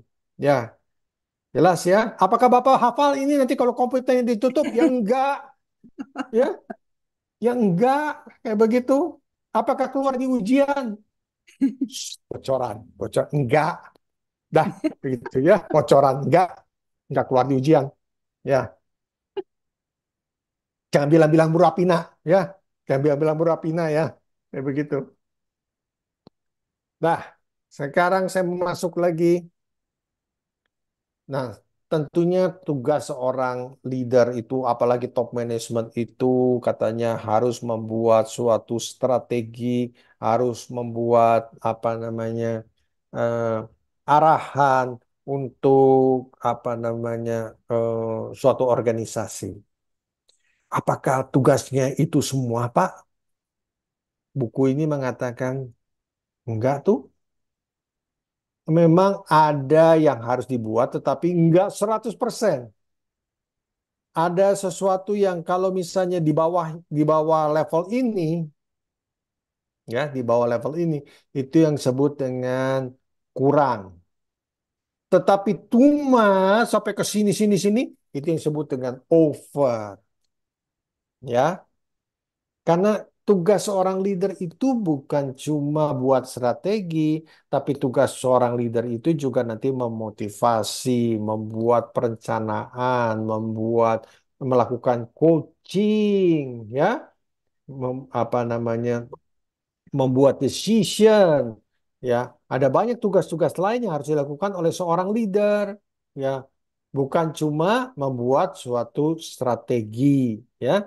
Jadi kalau terlalu sedikit, ya itu disebut kurang.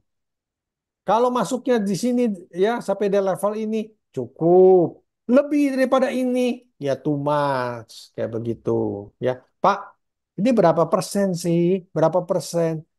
Susah saya tentukan. Dan buku juga nggak kasih persentase, ya. Kenapa? Karena sulit untuk ditentukan, ya. Berdasarkan suatu kebutuhan, berdasarkan jenis organisasinya, sampai di mana, kayak gitu ya. Jelas ya? Jelas ya? Saya masuk ke chapter berikutnya. Saya masuk. Jadi, how to become a leader, ya. How to become a leader. Maka katanya be humble, be humble. Ini adalah suatu amanah ngomongnya.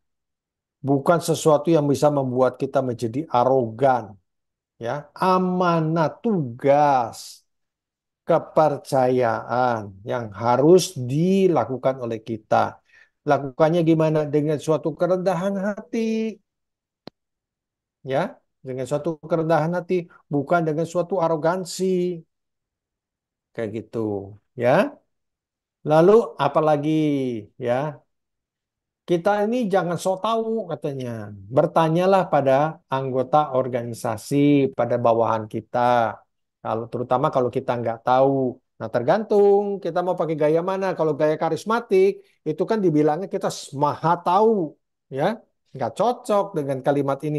Tapi kalau gaya transformasional boleh. Kenapa? Karena dari transformasional justru kadang-kadang kita suka pura-pura bodoh. Tahu.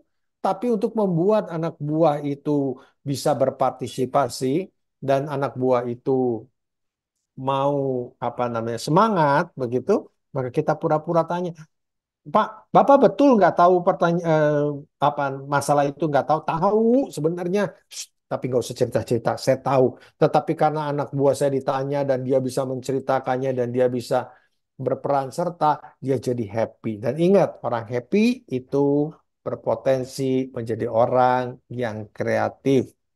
Ya. Nah, kalau dijelaskan sama anak buah, ya dengerin, dengerin, ya. Advice-nya dengerin, kayak begitu. Happy dia. Saya sudah bisa menasihati Pak Yohanes loh tadi. Dan Pak Yohanes mendengarkan loh. Ya, happy. Ya. Nah, kemudian apa namanya? Treat people with respect. Treat people with respect. Ya. Saya pernah punya saya punya apa namanya cousin namanya ya. Sepupu. Dia ada di Amerika dan dia juga punya jabatan cukup tinggi. Dan dia berkunjung pada saya.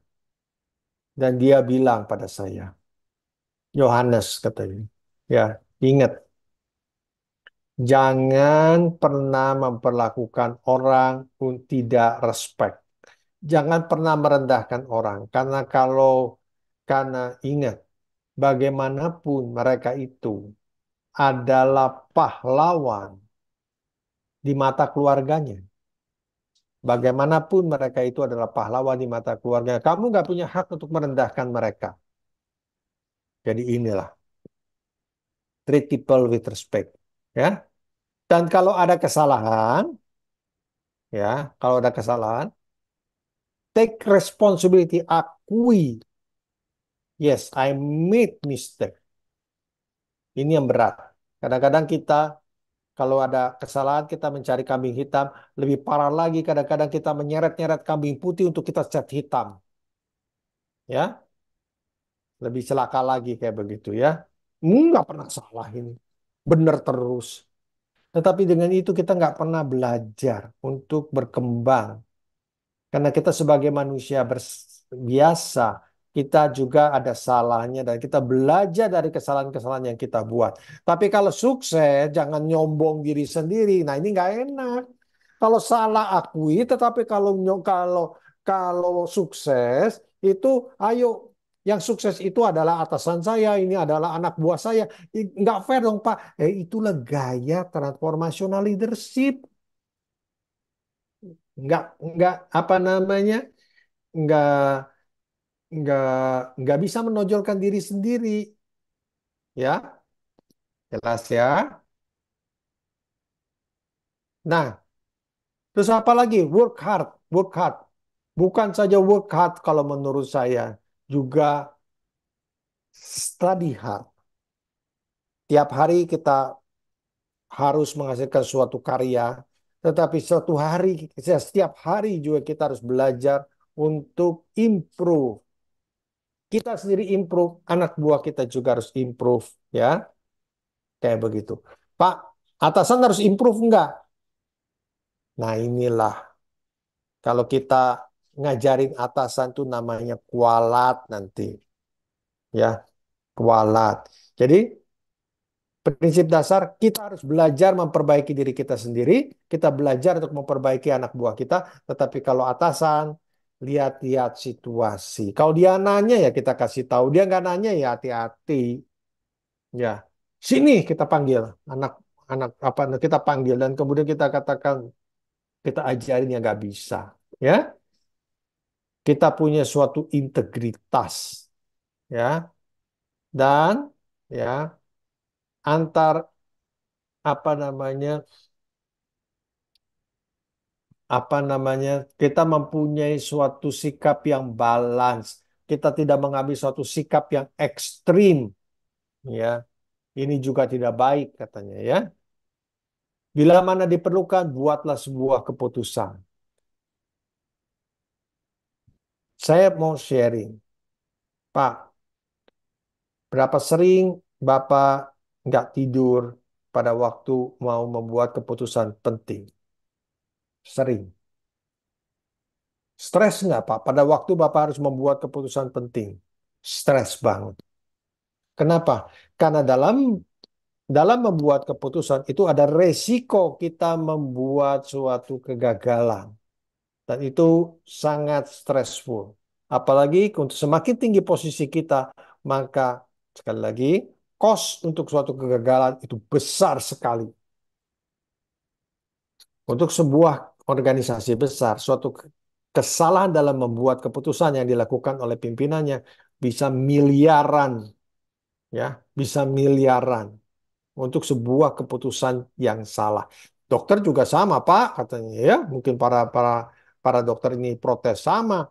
Untuk sebuah keputusan yang salah, maka nyawa bisa melayang dan nyawa lebih berharga dibandingkan dengan uang. Betul. Makanya membuat suatu keputusan itu berisiko. Tapi seorang pemimpin harus berani membuat keputusan. Ya, ini yang repot, ya. Kemudian build relationship, terutama antara kita dengan atasan, antara kita dengan bawahan. Ingat, ingat, kita ini berada dalam suatu organisasi dan kita perlu untuk membina relasi yang baik di dalam organisasi ini, ya.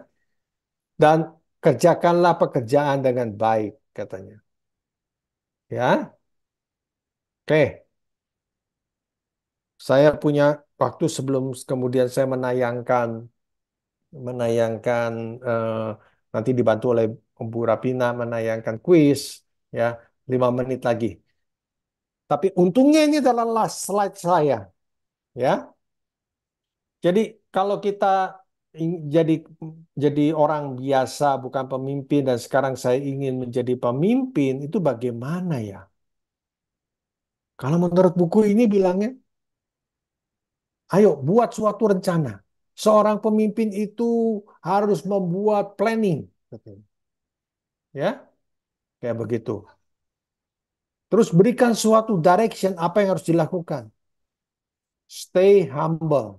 Jangan arogan. Jangan mentang-mentang kamu menjadi pemimpin, kamu sikapnya berubah, kamu kemudian jadi sombong, kamu merendahkan orang lain. Ya, dan tentu saja lead. Nah, ini gampang ngomongnya, to lead, tapi ada banyak konsekuensi menjadi to lead, menjadi leader.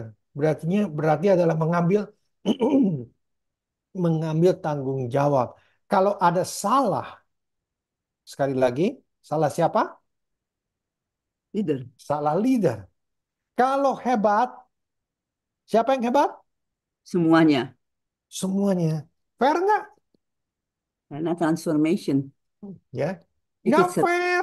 Kadang-kadang kita bilang, kalau Pak Fairnya kan kalau salah, salah, salah saya, tapi kalau hebat, ya hebatnya saya dong Pak. Nggak begitu. Kalau begitu caranya, anak buah nggak mau ikut kita.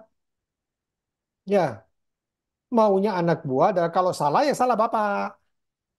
Tapi kalau sukses, sukses kita semua. Maunya begitu. Ya, baru katanya mereka happy. Dan kalau orang happy, maka akan gimana? Sukses kreatif. Kreatif. Nah, kayak begitu. Susah ya. Enak aja yang pengarang bilang tulit, tulit gitu ya. Kita yang ngejalaninnya setengah mati kayak begitu ya. Gak gampang kayak begitu ya. Kalau kita ulangi lagi, ayo buat suatu perencanaan. Perencanaan ini kita share. Dalam proses pembuatan perencanaan ini boleh nggak kita meminta saran? Boleh, ya, boleh. Kembali lagi. Tetapi sekali planning itu jadi, jangan terus-terusan diubah. Bingung orang. Katanya nanti kita mau planningnya menuju ke toko Jogja. Mendadak-dadak pindah ke Setiabudi Supermarket. Mendadak-dadak lagi kita pindah ke Transmart. Pindah lagi ke... Pusing. Bapak maunya kemana sih? Kan nanyanya gitu. Ya, buat satu perencanaan. Pada waktu membuat perencanaan ini bertanya, boleh nggak? Boleh. Tetapi kalau sudah jadi, ya jangan dirubah terus-terusan. Boleh nggak dirubah? Boleh, tapi jangan keseringan. Ya, berikan direction, arah yang akan kita tuju. Pak, tapi saya nggak setuju dengan atasan saya. Nah, itu yang nggak boleh. Ya, jelek ataupun benar, tetapi there should be somebody that make a direction. Dan kalau kita nggak setuju dengan directionnya, kita boleh mengatakannya. Tetapi kalau dia insist, this is the direction I want to be for this organization, ya follow, ya follow, begitu. Ya, stay humble. Jangan mentang-mentang menjadi pemimpin, jangan mentang-mentang menjadi pemimpin. Kita kemudian sombong merendahkan anak buah kita. Orang kalau direndahkan nggak happy. Dan kalau orang sudah tidak happy, kembali lagi, tidak kreatif. Ah, itu rumusnya, buntut-buntutnya, ya. Tapi kalau kitanya humble, berarti anak buah itu merasa dirinya ditinggikan. Orang merasa ditinggikan, happy nggak? Ya happy. Happy jadi gimana? Kreatif, gitu, ya. Inti-intinya ya, sekali lagi, tulis. Yang enak ditulis cuma 4 huruf, tapi susah banget dilaksanakan. Ya, minggu depan, minggu depan saya masih hadir, ya, nggak bisa lari dari saya, gitu. Minggu depan tetap saya masih hadir. Saya akan bahas tentang leadership skill, ya. Kita akan bicara sedikit tentang yang tulis. Nah, buku cerita banyak hal, buku cerita banyak hal tentang ini. Tapi saya bilang cerita yang diceritakan oleh buku itu mungkin agak sedikit berbeda situasinya dengan Indonesia. Sehingga saya membuat cerita sendiri. Tapi itu minggu depan, nggak usah sekarang, ya. Saya membuat cerita karton sendiri, kayak begitu, ya. Jelas ya? Baik, Bu Rapina, tugas saya sekarang sudah selesai. Hampir 2 jam, ya. Dan mungkin ada kuis untuk apa namanya, untuk dibikin. Kuis ini adalah juga untuk mengukur sejauh mana cerita saya ini bisa dimengerti oleh para dokter, ya. Saya Baik. kembalikan. Saya stop share ya, Bu. Saya stop share. Ya, Terus nanti silakan Ibu mau apa namanya, mau mengaturnya bagaimana. ya baik. Terima kasih Pak Johan untuk sharingnya hari ini. Mungkin kita berikan kesempatan dulu ya Pak untuk para mahasiswa ibu-ibu dokter ini. Barangkali ada yang mau bertanya ke Bapak, masih dipersilahkan kan ya Pak? Boleh, boleh. Boleh. Kan barangkali Hmm. ada yang mau dikonfirmasi, ditanyakan. Iya. Ada yang mau bertanya sama saya katanya. Setelah 2 jam saya cerewet, ada yang mau bertanya?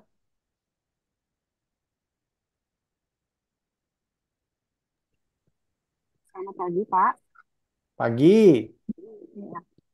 Izin bertanya, Pak. Iya, Maaf, oke. iya.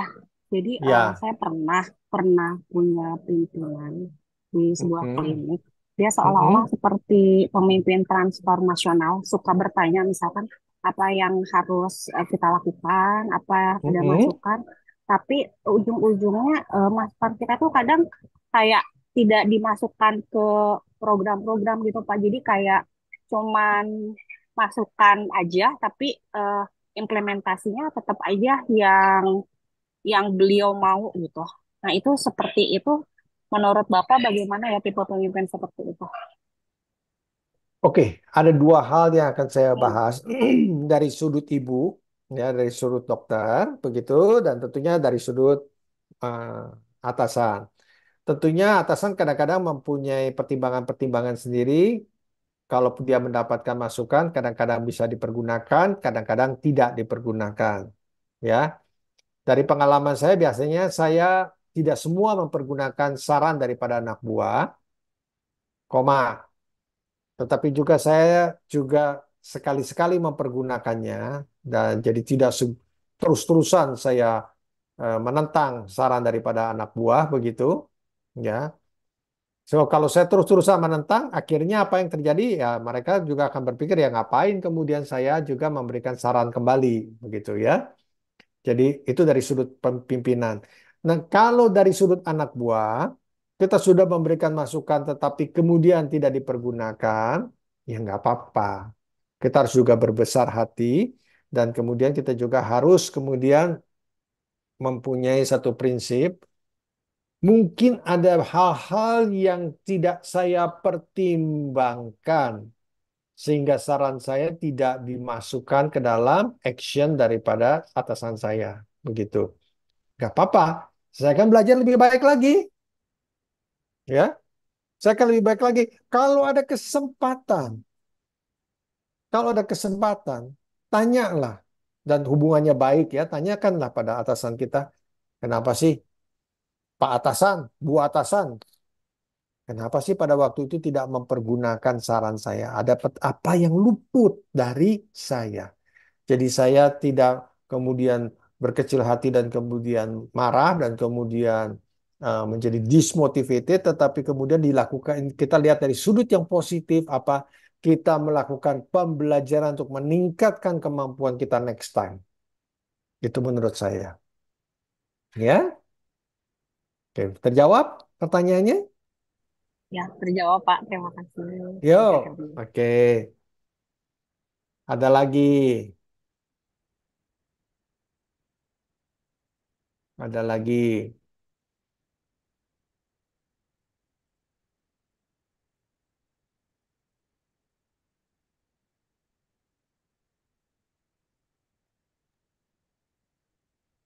Kayaknya sudah tidak ada ya Pak. Nggak ada ya?